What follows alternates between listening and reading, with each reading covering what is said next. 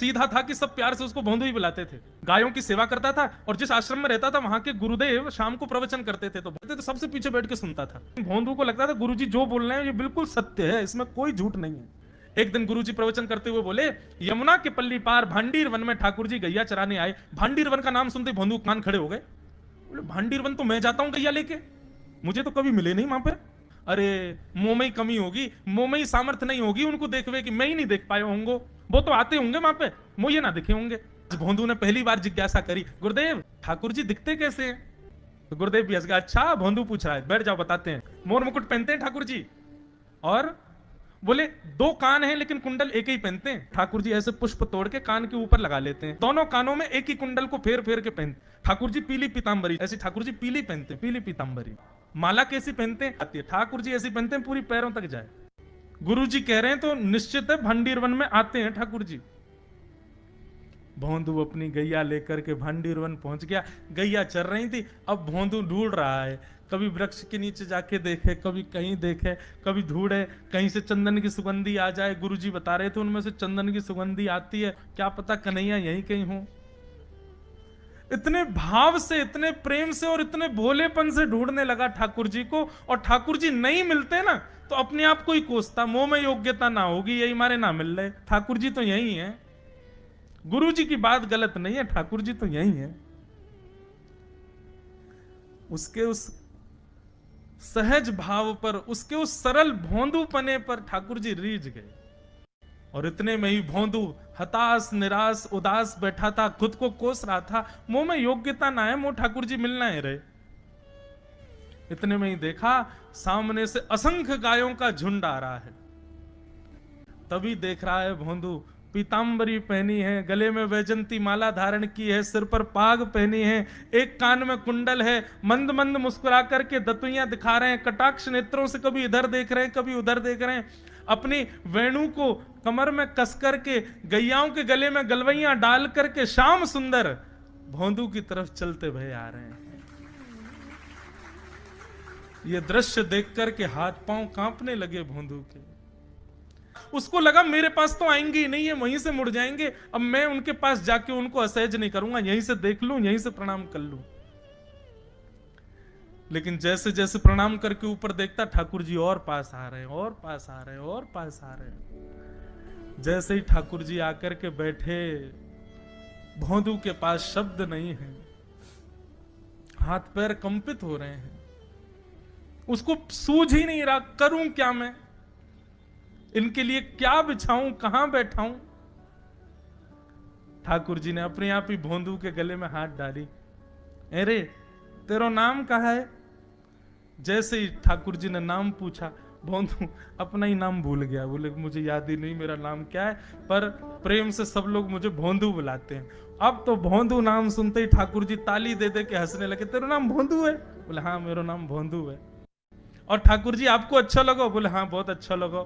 आपको नाम कहा है? ठाकुर जी बोले तुम वो ना जाने?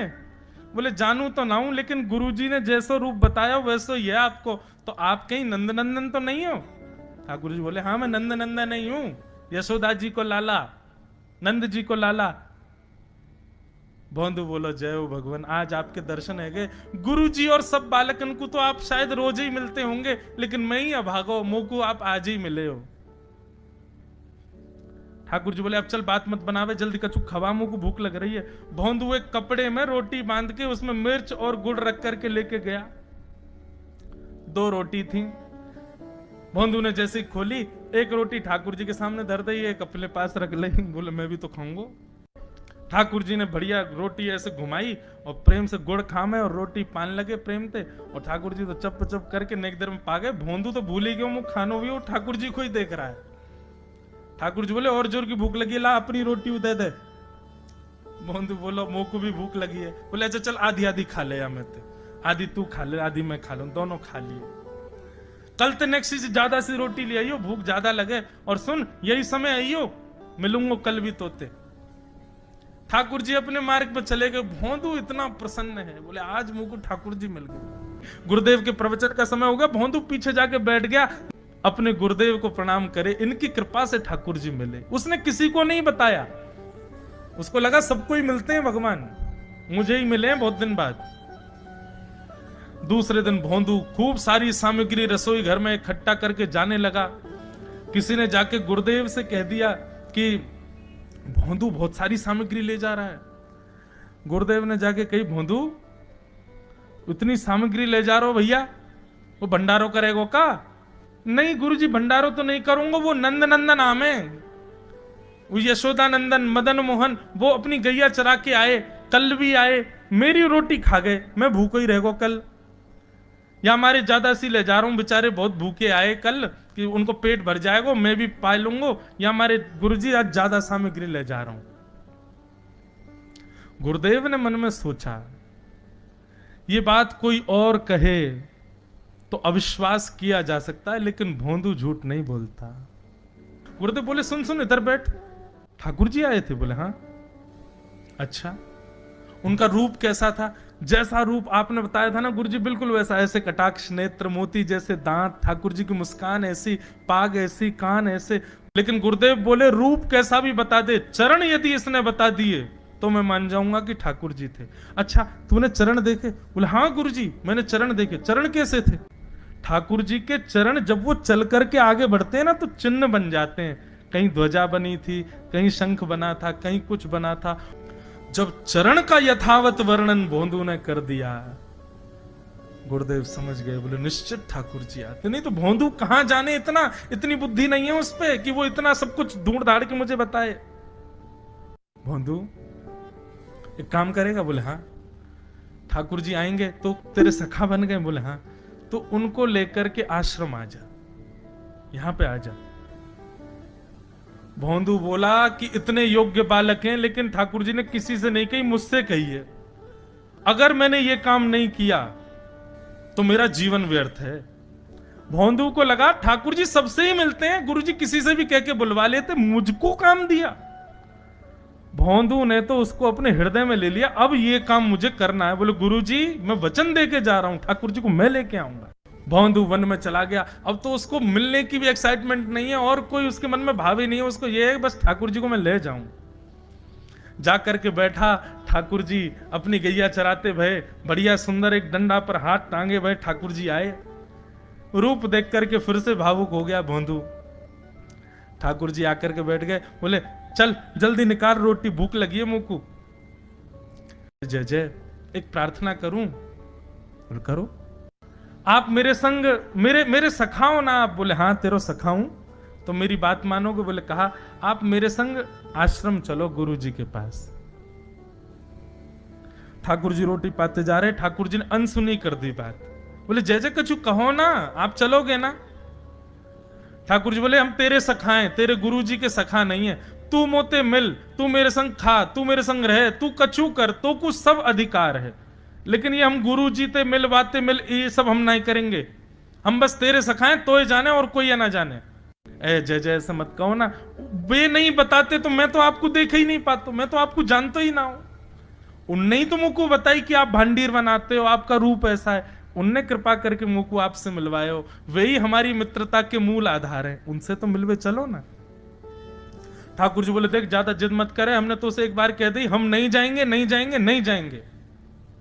लाओ ये मिर्च गुड़ सब दो, ये सब गुरु जी को, ये भी मत खाओ। और सुनो, यदि हमारे गुरु जी से आपको प्रेम नहीं है तो हमको आपसे प्रेम नहीं है। कल ते अपनी गैयान को लेकर कहीं और चरावे जाओ, होंगे तुम नंद नंदन अपने गांव के, मेरे गुरु जी के पास नहीं जाओगे। और सुनो, ये मुंह में जो रोटी रखी जाओ को उगल आओ, ये भी गुरु जी की रसोई में बनी है, हमारे गुरु जी से नहीं मिलेंगे। ठाकुर जी बोले अरे भोंदू ने रुक तो, नहीं नहीं नहीं अब तो मैं सुनूंगा ही नहीं, आपने ऐसे कैसे कह दी नहीं जाएंगे, 3 बार नहीं जाएंगे नहीं जाएंगे। और ये भांडीरवन मेरो है, मैं यहां गैया चरावे आऊं, कल से अगर तुम और तुम्हारी गैया दिख गई मुंह को तो तुम्हारी गैया को लेके मैं चलो जाऊंगा आश्रम, फिर तुम्हारी मैया बाबा तुमको मारेंगे। ठाकुर जी बोले अरे भोंदू इतना नाराज? बोले यदि मुंह से मित्रता रखनी है तो मुंह को वचन देना पड़ेगा कि आप आश्रम चलोगे, और अगर आपने फिर से नहीं कही तो मैं जा रहा हूं वापस, और कभी आपको मुख नहीं देखूंगा, अपना मुख नहीं दिखाऊंगा। ठाकुर जी बोले इस मुख को देखने के लिए या संग के लिए लोग पता हो तो कितनी तपस्या करें। बोले जो तपस्या करें उनको मुबारक, तुम मुंह को ना चाहिए। मोह ना मिलनो तुमते, मोह कोई गरज ना पड़ रही तुमते, आज तक नहीं मिले, कल ही तो मिले हो मोते, वो भी गुरुदेव की कृपा से मिले हो, जाओ मत मिलियो, मोह ना चाहिए तुम। ठाकुर जी बोले मैं तो ना जाऊंगा, मैं तो तेरे पास ही रहूंगा। बोले तुम मत जाओ, मैं जा रहा हूं। कि जाने लगा वापस। भोंदू, ठाकुर जी पुकार रहे हैं भोंदू को, मानो जैसे त्रिलोकी लेके जा रहा है वो ठाकुर जी के, जैसे मानो पूरा ऐश्वर्य ठाकुर जी का ले जा रहा हो। अरे भोंदू ने रुक तो जा। लेकिन जब भोंदू दिखना बंद हो गया, हमारे ठाकुर जी विचलित हो गए। ठाकुर जी दौड़ करके गए और जाकर के भोंदू के पित्ती पे चढ़ गए। बोले ले चल अपने गुरुदेव के पास, चलूंगा तू जहां कहेगो, लेकिन तो दूर नहीं जान दूंगा। और भोंदू ठाकुर जी को ऐसे ऊपर चढ़ा करके लेकर के आश्रम जा रहा है। गुरुदेव आकर के खड़े हो गए और मन में बस विचार कर रहे थे, हाथ पांव कांप रहे थे। बोले ठाकुर जी आएंगे कि नहीं। इतने में ही भोंदू आया और तभी देखा भोंदू के पिद्दी पर ठाकुर जी टंगे भय आ रहे हैं। तो नरहरदेव जी गोरीलाल ठाकुर जी की सेवा करते थे और गोरीलाल